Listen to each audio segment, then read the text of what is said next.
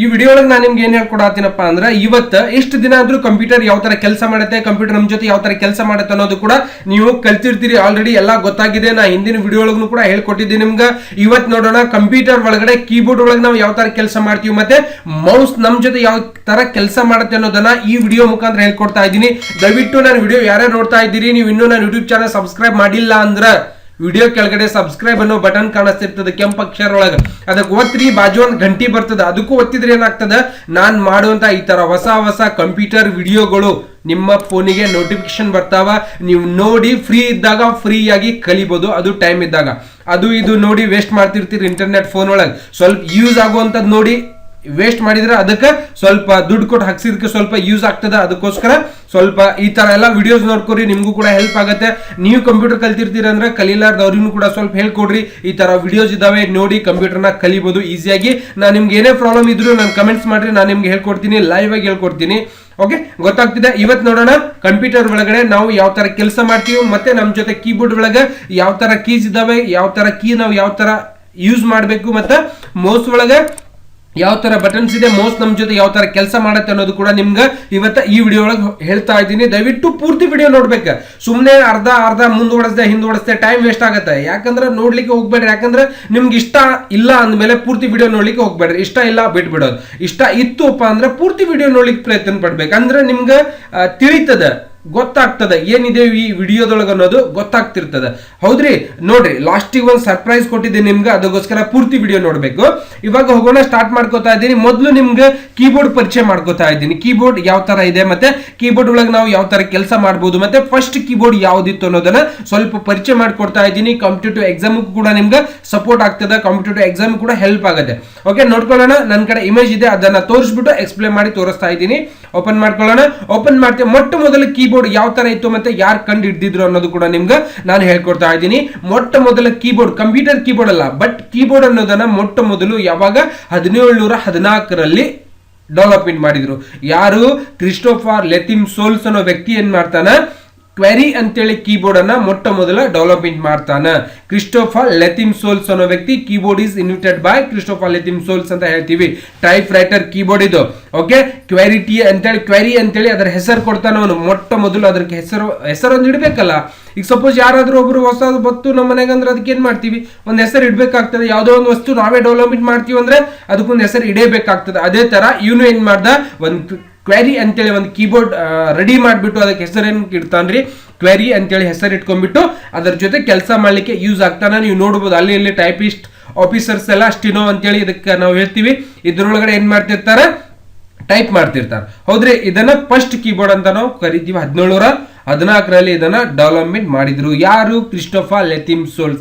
ಇದರಲ್ಲಿ ಈಗ ನಮ್ ಡಿಜಿಟಲ್ ಕೀಬೋರ್ಡ್ ಯಾವ ತರ ಇದೆ ಅದನ್ನ ಕನ್ವರ್ಟ್ ಮಾಡಿದಾರೆ ಅವರು. ಬರ್ತಾ ಸ್ವಲ್ಪ ಹಂಗೆ ಸ್ವಲ್ಪ ಜನರೇಷನ್ ಚೇಂಜ್ ಆಗ್ತಾ ಅದಕ್ಕೂ ಕೂಡ ಚೇಂಜ್ ಮಾಡ್ತಾ ಇವಾಗ ಫುಲ್ ಸ್ಮಾರ್ಟ್ ಆಗಿ ಬಂದಿದೆ. ಕೀಬೋರ್ಡ್ ಒಳಗೆ ನಾವು ಕೆಲಸ ಮಾಡ್ತಿರ್ತೀವಿ. ಅದೇ ಕೀಬೋರ್ಡ್ ಒಳಗೆ ಎಷ್ಟು ಬಟನ್ಸ್ ಇದಾವೆ, ಕೀಬೋರ್ಡ್ ಒಳಗೆ ಎನ್ಸಿರ್ತೀರಿ ನೀವು, ನೋಡಿರ್ತೀರಿ ನಿಮ್ ಕೀಬೋರ್ಡ್ ಬಟನ್ ಎಷ್ಟಿದಾವ್, ಒಂದು ಕೀಬೋರ್ಡ್ ಒಳಗೆ ಎಷ್ಟು ಬಟನ್ಸ್ ಇರ್ತಾವ ಅನ್ನೋದು ಗೊತ್ತಾ? ಇದು ಕಂಪಲ್ಸರಿ ಯಾವ್ದಾದ್ರು ಕಾಂಪಿಟೇಟಿವ್ ಎಕ್ಸಾಮ್ ಒಳಗೆ ಕೇಳ್ತಾರ, ನೋಡಿ ಕರೆಕ್ಟಾಗಿ ಹೇಳಿರ್ತೀನಿ, ತಿಳ್ಕೊಬೇಕಾ. ಓಕೆ, ತಪ್ಪಿತ್ತು ಅಂದ್ರೆ ಒಂದ್ಸಾರಿ ಎಣಿಸ್ಕೊಂಡು ಕೌಂಟ್ ಮಾಡ್ಕೋಬೇಕು. ಇದನ್ನ ಗೊತ್ತಾಯ್ತಾ? ಬರ್ಕೋಬಹುದು ನೀವು ಬುಕ್ ಒಳಗಡೆ. Who is the invented by the keyboard ಅಂದಾಗ keyboard is invented by Christopher Latham Sholes ಅನ್ನೋ ವ್ಯಕ್ತಿ ಇನ್ವೆಂಟ್ ಮಾಡ್ತಾನೆ. ಯಾವಾಗ? 1714ರಲ್ಲಿ ಇನ್ವೆಂಟ್ ಮಾಡ್ತಾನೆ. ಯಾರು? Christopher Latham Sholes. ಅದರ ಹೆಸರು ಏನಿರುತ್ತೆ ಅಂದ್ರೆ ಕ್ವೆರಿ ಅಂತೇಳಿ ಕೀಬೋರ್ಡ್ ಹೆಸರು ಇರುತ್ತೆ. ಅದಕ್ಕೋಸ್ಕರ ಕೀಬೋರ್ಡ್ ಒಳಗೆ ABCD ಸೀರಿಯಲ್ ಆಗಿ ಕೊಟ್ಟಿಲ್ಲ. ನೀವು ನೋಡ್ಬೋದ ನಿಮ್ಮ ಕೀಬೋರ್ಡ್ ಒಳಗ ಅಥವಾ ನಿಮ್ಮ ಮೊಬೈಲ್ ಒಳಗ ABCD ಸೀರಿಯಲ್ ಆಗಿ ಕೊಟ್ಟಿದ್ದಾರಾ? ಮೊಬೈಲ್ ಬಿಡ್ರಿ, ಸೊ ನಿಮ್ಮ ಕಂಪ್ಯೂಟರ್ ಲ್ಯಾಪ್ಟಾಪ್ ಆಗಿರ್ಬೋದು ಅಥವಾ ಕಂಪ್ಯೂಟರ್ ಕೀಬೋರ್ಡ್ ಆಗಿರ್ಬೋದು, ಯಾವುದೇ ಒಂದು ಕೀಬೋರ್ಡ್ ಒಳಗೆ ನೋಡಿದಾಗ ABCD ಸೀರಿಯಲ್ ಆಗಿ ಕೊಟ್ಟಿಲ್ಲ. ಯಾಕೆ ಕೊಟ್ಟಿಲ್ಲ ಅಪ್ಪ ಅಂತ ನಿಮ್ಗೆ ಏನಾದ್ರೂ ಕ್ವಶನ್ ಕೇಳಿದ್ರ ಏನ್ ಹೇಳ್ಬೇಕು? ಫಸ್ಟ್ ಕೀಬೋರ್ಡ್ ಹೆಸರು ಏನಿತ್ತು ಸರ್? ಕ್ವೆರಿ ಅಂತೇಳಿ ಮೊಟ್ಟ ಮೊದಲ ಕ್ರಿಸ್ಟೋಫರ್ ಲೆತಿಮ್ ಸೋಲ್ಸ್ ಅನ್ನೋ ವ್ಯಕ್ತಿ ಕೀಬೋರ್ಡ್ ಕಂಡಿಡಿದಾಗ ಅದಕ್ಕೆ ಕ್ವೆರಿ ಅಂತೇಳಿ ಹೆಸರು ಇಟ್ಕೊಂಡಿದ್ರು. ಆ ಕ್ವೆರಿ ಅಂತೇಳಿ ಹೆಸರು ಯಾವತ್ತೂ ನಶಿಸಿ ಹೋಗ್ಬಾರ್ದು ಅಂತೇಳಿ ಏನ್ ಮಾಡಿದ್ರು, QWER ಅಂತೇಳಿ ಕೀಬೋರ್ಡ್ ಡಿಸೈನ್ ಮಾಡ್ಬೇಕಾಗಿತ್ತು ಅಂದ್ರೆ ಅದನ್ನೇ ಹೆಸರು ಮೊಟ್ಟ ಮೊದಲಿಗೆ ಇಟ್ಕೊಂಡು ಡಿಸೈನ್ ಮಾಡಿದ್ರು. ಅದಕ್ಕೋಸ್ಕರ ಕೀಬೋರ್ಡ್ ಅಲ್ಲಿ ABCD ಸೀರಿಯಲ್ ಆಗಿ ಇಟ್ಕೊಂಡಿಲ್ಲ ಅಂತ ಕೂಡ ನಾವು ಹೇಳ್ತೀವಿ. ನೋಡ್ರಿ, ನಿಮ್ ಕೀಬೋರ್ಡ್ ಒಳಗಡೆ ಮೊಟ್ಟ ಮೊದಲ ಟ್ಯಾಬ್ ಅನ್ನೋದು ಇರುತ್ತೆ. ಟ್ಯಾಬ್ ಬಾಜು QWER ಫಸ್ಟ್ ಮೊಟ್ಟ ಮೊದಲೇ ಇದೆ, ಅದನ್ನೇ ಅಕ್ಷರ ಯೂಸ್ ಮಾಡಿದಾರೆ ಅವರು. QWER ಅಂತ ನೋಡ್ಬೋದು. ಕ್ವೆರಿ ಅಂತೇಳಿ ಏನಿದೆಯಲ್ಲ ಇದು ಮೊಟ್ಟ ಮೊದಲ ಕೀಬೋರ್ಡ್ ಹೆಸರು ಆಗಿರೋದ್ರಿಂದ ಅದೇ ಹೆಸರು ತಗೊಂಡು ಏನ್ ಮಾಡಿದ್ರು ಅವರು ಕೀಬೋರ್ಡ್ ಅನ್ನ ಡಿಸೈನ್ ಮಾಡಿದ್ರು. ಮತ್ತೆ ಅದು ಬರೀಲಿಕ್ಕೆ ಕೂಡ ನಮ್ಗೆ ಅಂದ್ರೆ ಬರೆಯೋ ಮೆಥಡ್ ಕೂಡ ಅದರಲ್ಲಿ ಹೇಳ್ಕೊಟ್ಟಿದ್ದಾರೆ. ಅವರು ASDF ಈ ತರ ಕೊಟ್ಟಿದ್ದಾರೆ, ಎ ಬಾಜು SDF ಈ ತರ ಸ್ವಲ್ಪ ಡಿಸೈನ್ ಮಾಡಿಬಿಟ್ಟು ನಮ್ಮ ಬೆರಳುಗಳಿಗೆ 10 ಬೆರಳಿಗೆ ಅನುಕೂಲ ಆಗೋ ರೀತಿ ಅವರು ಡಿಸೈನ್ ಮಾಡಿ ಕೊಟ್ಟಿದ್ದಾರೆ. ಬಟ್ ಮೊಟ್ಟ ಮೊದಲು ಕ್ವೆರಿ ಅಂತ ಇಟ್ಕೊಂಡೇ ಕೆಲಸ ಮಾಡ್ಯಾರ ಅವರು. ಹೌದ್ರಿ, ಯಾರು ಗೊತ್ತಾಯ್ತು ಯಾಕೆ ಇಟ್ರೂಪ ಅನ್ನೋದನ್ನ ಗೊತ್ತಾಗಿದೆ.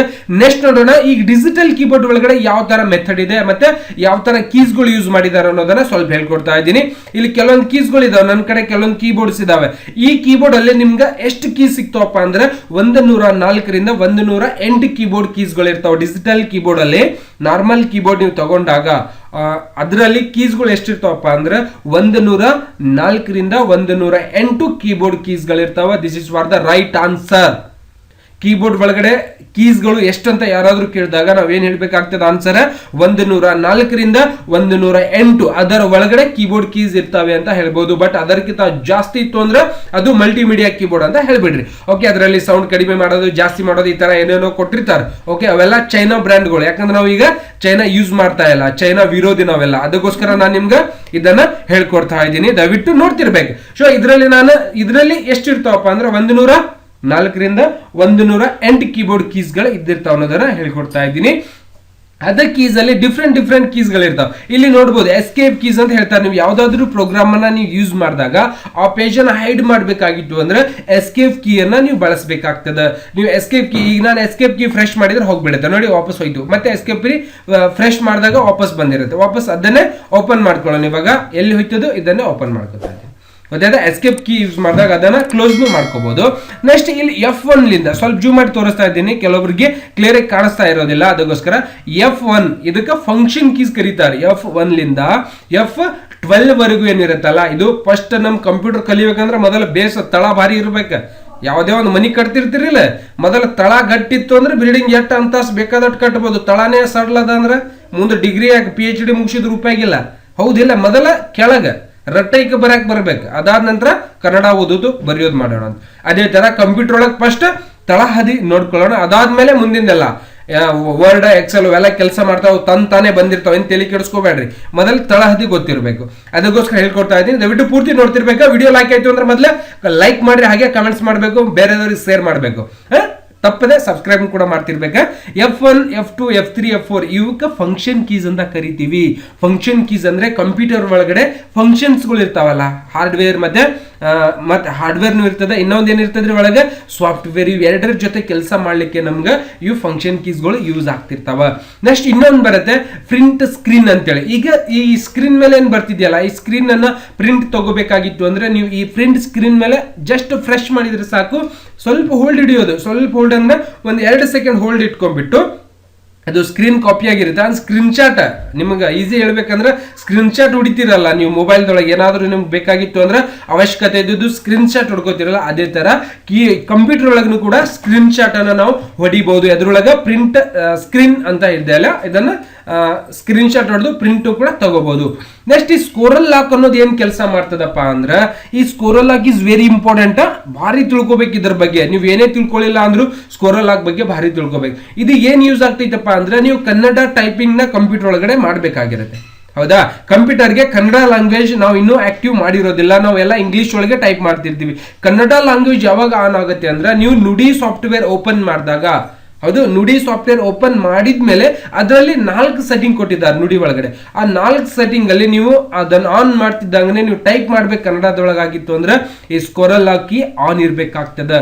ಇದರದ ಸ್ಕೋರಲ್ ಲಾಕ್ ಏನಿದೆಯಲ್ಲ, ಈ ಬಟನ್ಸ್, ಸ್ಕೋರಲ್ ಲಾಕ್ ಬಟನ್, ಇಲ್ಲಿ ಲೈಟ್ ಕೂಡ ಕೊಟ್ಟಿರ್ತಾರೆ, ಇಲ್ಲಿ ಸ್ಕೋರಲ್ ಲಾಕ್ ಲೈಟ್ ಕೂಡ ಇರುತ್ತೆ.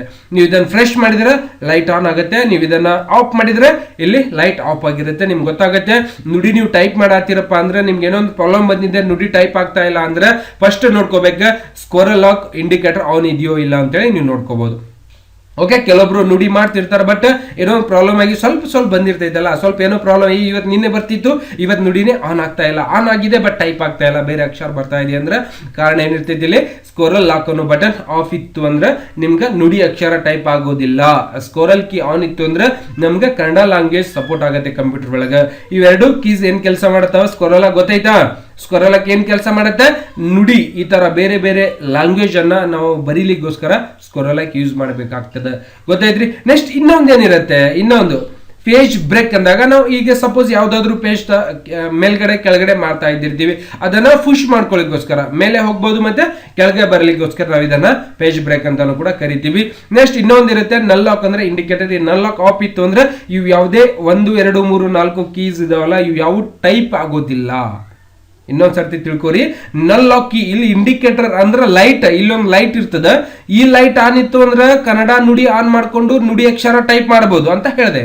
ಆಫ್ ಇತ್ತು ಅಂದ್ರೆ ಟೈಪ್ ಆಗೋದಿಲ್ಲ. ಓಕೆ, ಟ್ರೈ ಮಾಡಿ ನೋಡ್ರಿ.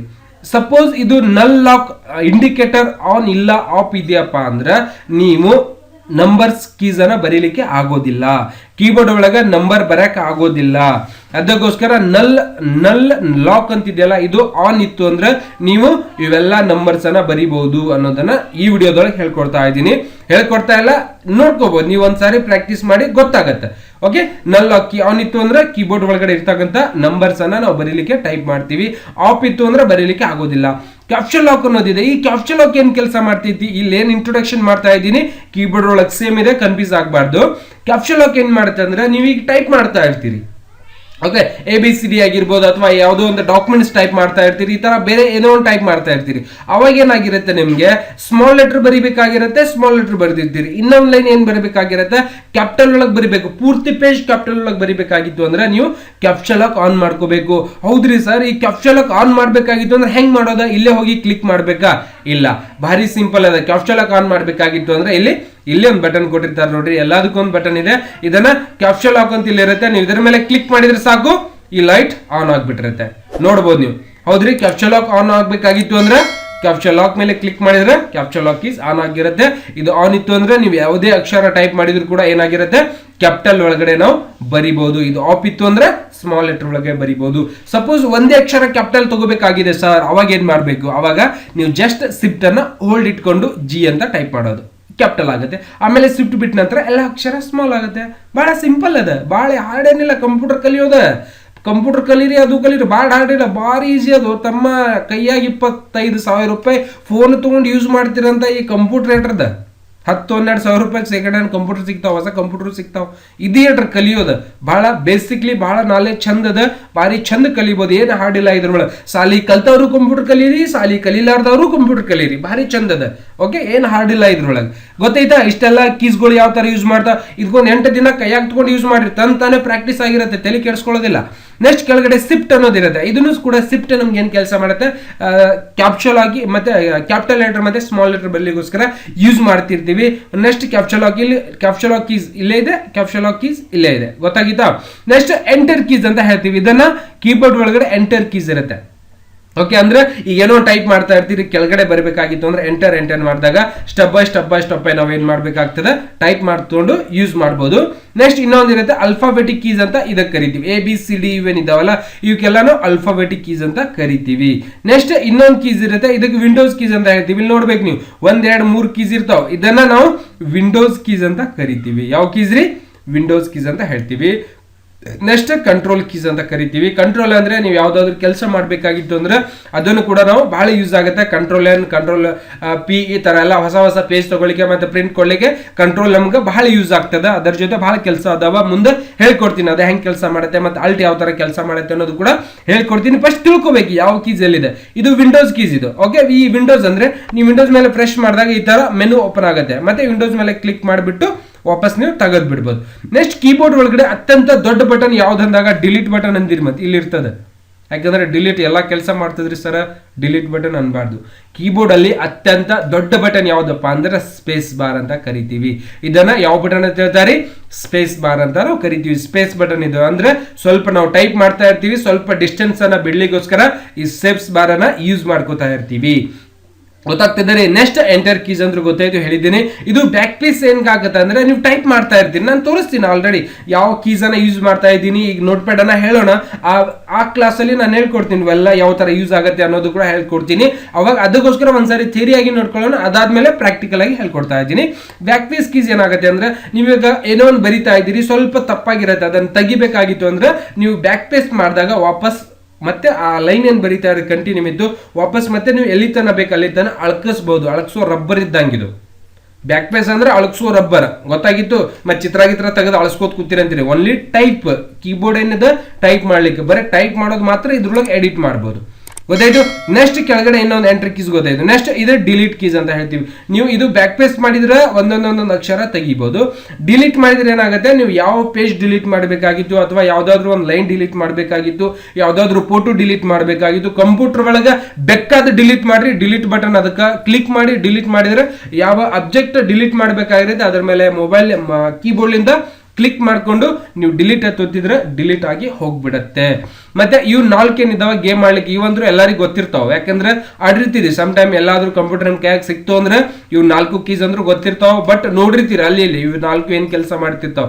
ಜಾಸ್ತಿ ನಾವು ಯೂಸ್ ಆಗೋದನ್ನ ಯಾವತ್ತೂ ಕೆಲಸ ಮಾಡೋದಿಲ್ಲ, ವೇಸ್ಟ್ ಆಗೋದನ್ನ ಕೆಲಸ ಮಾಡ್ತಾ ಇರ್ತೀವಿ. ಬಿಕಾಸ್ ಗೇಮ್ ಹೌದಿಲ್ಲ, ಗೇಮ್ ಮಾಡ್ತಿರ್ತೀವಿ. ಅಲ್ಲಿ ಕಂಪ್ಯೂಟರ್ ಇರ್ತಾವ ಅಂದ್ರೆ ಬರೀ ಗೇಮ್ ಮಾಡೋದು, ಗೇಮ್ ಮಾಡಿ ಹೊತ್ತು ಮುಗಿಸೋದು, ಊಟ ಮಾಡೋದು, ಮತ್ತೆ ಮಲ್ಕೊಳ್ಳೋದು, ಮತ್ತೆ ಅದು ಗೇಮ್ ಮಾಡೋದು. ಇದೇ ಒಂದು ಕೆಲಸ. ಇದನ್ನ ಬಿಟ್ಟು ಬೇರೆ ಏನು ಸಾಧನೆ ಇಲ್ಲ.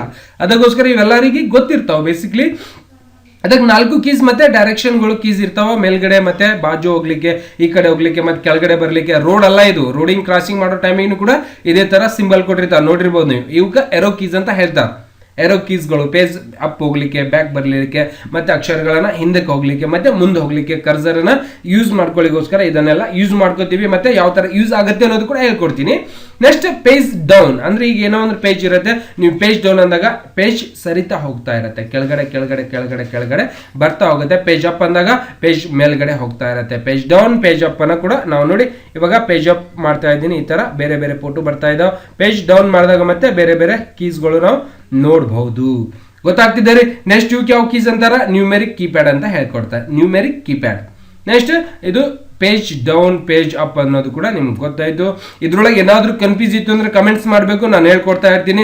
ನೆಕ್ಸ್ಟ್ ಇನ್ನೊಂದು ನೋಡೋಣ, ಮೌಸ್ ಅನ್ನ ಯಾರು ಕಂಡಿಡಿದ್ರು. ಇದ್ರೊಳಗೆ ಪೂರ್ತಿ ಗೊತ್ತಾಯ್ತಾ. ಇವತ್ತು ಮೌಸ್ ಮತ್ತೆ ಕೀಬೋರ್ಡ್ ಪೂರ್ತಿ ಇಂಟ್ರೊಡಕ್ಷನ್ ಮಾಡ್ಬಿಡ್ತೀನಿ ನಿಮ್ಗೆ. ನೆಕ್ಸ್ಟ್ ಇದು ಕೀಬೋರ್ಡ್ ಪೂರ್ತಿ ಗೊತ್ತಾಯ್ತು. ಕೀಬೋರ್ಡ್ ಒಳಗೆ ಕೀಸ್ ಎಷ್ಟಿರ್ತಾವ, 104 ರಿಂದ 108 ಕೀಬೋರ್ಡ್ ಕೀಸ್ ಇರ್ತಾವ ಅನ್ನೋದು ಕೂಡ ಹೇಳ್ಬೋದು.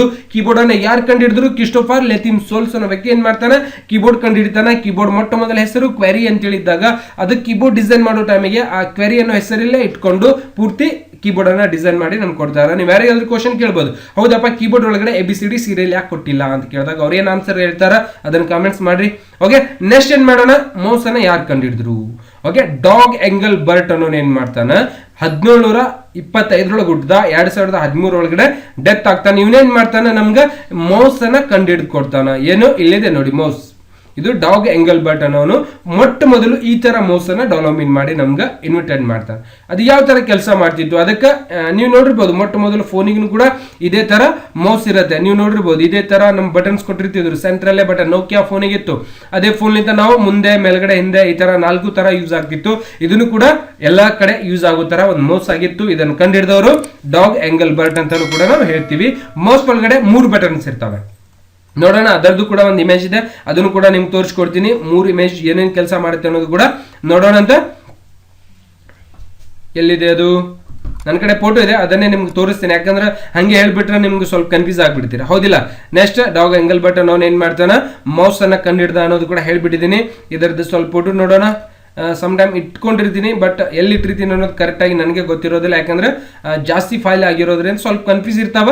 ತೋರಿಸ್ತೀನಿ. ಲೇಟ್ ಆಗ್ತಿರ್ತಿ, ಏನು ಲೇಟ್ ಆಗ್ತದೆಪ್ಪ, ಹೊತ್ತು ಮುಗ್ತದೆ, ಏನಿಲ್ಲ. 2 ಮಿನಿಟ್ ಟೈಮ್ ಕೊಟ್ರೆ ಕಾಣಿಸ್ತದೆ, ನೋಡ್ಬೋದು. ಸ್ವಲ್ಪ ಆಯ್ತು. ಅದರ ಪೂರ್ತಿ ಅಂತೂ ಇಲ್ಲ, ಇಲ್ಲೇ ನೋಡ್ಕೊಳ್ಳೋಣ. ಇಲ್ಲೇ ಕೀಬೋರ್ಡ್ ಅಂತೂ ಕಾಣಿಸ್ತಿದೆ ನಿಮ್ಗೆ, ಮೌಸ್ ಅಂತೂ ಕಾಣಿಸ್ತಿದೆ. This is for the first mouth ಅಂತ ಹೇಳ್ತೀವಿ. ಇದನ್ನು ಯಾರು ಕಂಡಿದ್ರು, ಡಾಗ್ ಎಂಗಲ್ ಬರ್ಟ್ ಅಂತ ಹೇಳಿ. ಡಾಗ್ ಎಂಗಲ್ ಬರ್ಟ್ ಅನ್ನೋ ವ್ಯಕ್ತಿ ಮೌಸ್ ಅನ್ನ ಕಂಡುಹಿಡಿತಾನ. ಯಾವಾಗ ಅವನು ಹುಟ್ಟಿರೋದು ಯಾವಾಗ ಇಲ್ಲಿ ಹೇಳ್ಕೊಡ್ತಾರ ಅವರು. ಎಲ್ಲಿದೆ ಅವನು ಹುಟ್ಟಿರೋದು, ಇಲ್ಲಿದೆ. ಡಾಗ್ ಎಂಗಲ್ ಬರ್ಟ್ 1925 ಹುಟ್ಟಿದ್ರು. ಕೈಯಲ್ಲಿ ಹಿಡ್ದ ನೋಡು ಮೌಸ್ ಅಂತ ಹೇಳಿ, ಕೈಯಾಗಿ ಹಿಡ್ದಾನ. ಮತ್ತೆ ಎಲ್ಲಿ ತೋರಿಸ್ಬೇಡ್ರಿ, ಇಲ್ಲಿ ಕೈಯಾಗಿ ಹಿಡ್ದಾನ ಮೌಸ್ ಅಂತ ಹೇಳಿದೆ. ಮೌಸ್ ಅನ್ನ ಅವನು ಕಂಡಿಡ್ದ. ಡಾಗ್ ಎಂಗಲ್ ಬರ್ಟ್ ಅನ್ನೋನು 1925 ಹುಡ್ತಾನ. 2013 ಮರಣ ಹೊಂದಿದ ಅಂತ ಕೂಡ ನಾವು ಹೇಳ್ಬಹುದು. ಗೊತ್ತಾಯ್ತು. ಮೌಸ್ ಒಳಗಡೆ 3 ಬಟನ್ಸ್ ಇರ್ತಾವೆ. ಎಷ್ಟು ಬಟನ್ ಇರ್ತಾವ್ರಿ ಮೌಸ್ ಒಳಗೆ? 3 ಬಟನ್ಸ್ ಇರುತ್ತೆ. ರೈಟ್ ಮತ್ತೆ ಲೆಫ್ಟ್. ನಟ್ ನಡು ಏನಿರುತ್ತೆ, ಸ್ಕೋರಲ್ ವಿಲ್ ಅಂತ ಕೂಡ ನಾವು ಅದನ್ನ ಕರಿಬಹುದು ಅನ್ನೋದು ಕೂಡ ಈ ವಿಡಿಯೋ ಕ್ಲಾಸ್ ಒಳಗಡೆ ಇಷ್ಟಂತ ಹೇಳಿದ್ದೀನಿ. ಮತ್ತೆ ನಿಮ್ಗೆ ಏನಾದ್ರು ಕನ್ಫ್ಯೂಸ್ ಇತ್ತು ಅಂದ್ರೆ ಮುಂದಿನ ಕ್ಲಾಸ್ ಒಳಗೆ ಹೇಳ್ಕೊಡ್ತೀನಿ. ಇನ್ನೊಂದು ಸ್ವಲ್ಪ ನೋಡ್ಕೊಳ್ಳೋಣ. ಇದ್ರೊಳಗೆ ನೆಕ್ಸ್ಟ್ ಕ್ಲಾಸ್ ಒಳಗಡೆ ಕಂಪ್ಯೂಟರ್ ಒಳಗಡೆ ಯಾವ ತರ ಮಷಿನ್ ಇರ್ತಾವ, ಮತ್ತೆ ಔಟ್ಪುಟ್ ಡಿವೈಸ್ ಯಾವುದು, ಇನ್ಪುಟ್ ಡಿವೈಸ್ ಎದಕ್ಕೆ ಕರೀತಾರೆ ಅನ್ನೋದನ್ನು ಕೂಡ ನೆಕ್ಸ್ಟ್ ಕ್ಲಾಸ್ ಒಳಗೆ ಹೇಳ್ಕೊಡ್ತಾ ಇದ್ದೀನಿ. ಅಲ್ಲಿವರೆಗೂ ಮತ್ತೆ ಮತ್ತೆ ನೆಕ್ಸ್ಟ್ ಕ್ಲಾಸ್ ಒಳಗಡೆ ಕೀಬೋರ್ಡ್ ಲಿಂದ ಟೈಪ್ ಯಾವ ತರ ಮಾಡೋದು, ನಮಗೆ ಟೈಪಿಂಗ್ ಸ್ಪೀಡ್ ಆಗಬೇಕು, ಇಂಗ್ಲಿಷ್ ಒಳಗೆ ನಾನು ಟೈಪಿಂಗ್ ಬಹಳ ಸ್ಪೀಡ್ ಮಾಡಬೇಕಾಗಿತ್ತು ಅಂದ್ರೆ ಅದಕ್ಕೆ ಯಾವ ತರ ಟ್ರಿಕ್ಸ್ ಇದಾವೆ ಅನ್ನೋದು ಕೂಡ ನಾನು ಮುಂದಿನ ವಿಡಿಯೋ ಒಳಗೆ ಹೇಳ್ಕೊಡ್ತಾ ಇದ್ದೀನಿ. ದಯವಿಟ್ಟು ನನ್ನ ಯೂಟ್ಯೂಬ್ ಚಾನಲ್ ನೀವು ಇನ್ನೂ ಯಾರ್ಯಾರು ಸಬ್ಸ್ಕ್ರೈಬ್ ಮಾಡಿಲ್ಲ, ನೀವು ಯೂಟ್ಯೂಬ್ ಚಾನಲ್ ಸಬ್ಸ್ಕ್ರೈಬ್ ಮಾಡ್ಕೊಂಡ್ರೆ ನನಗೊಂದು ಹೆಲ್ಪ್ ಆಗ್ತದೆ. ನಾನು ಕ್ಲಾಸ್ ಹೇಳಿದಕ್ಕೆ ನೀವು ನೋಡಿದಕ್ಕೆ ನಿಮಗೂ ಕೂಡ ಒಂದು ಹೆಲ್ಪ್ ಆಗಿರುತ್ತೆ. ಅದಕ್ಕೋಸ್ಕರ ಸಬ್ಸ್ಕ್ರೈಬ್ ಮಾಡ್ಕೋರಿ. ಬಾಜು ಒಂದು ಬೆಲ್ ಐಕನ್ ಗಂಟಿ ಬರ್ತದೆ, ಅದಕ್ಕೂ ಕ್ಲಿಕ್ ಮಾಡಿದ್ರೆ ನಾನು ಈ ತರ ಮಾಡುವಂತ ಎಲ್ಲಾ ವಿಡಿಯೋಸ್ಗಳು ನಿಮ್ಗೆ ನೋಟಿಫಿಕೇಶನ್ ಬರ್ತಾವ, ನೀವು ನೋಡಿ ತಿಳ್ಕೊಬಹುದು. ಮತ್ತೆ ಸಿಗೋಣ ಬೇರೆ ವಿಡಿಯೋದೊಂದಿಗೆ. ಎಲ್ಲರಿಗೂ ಧನ್ಯವಾದ.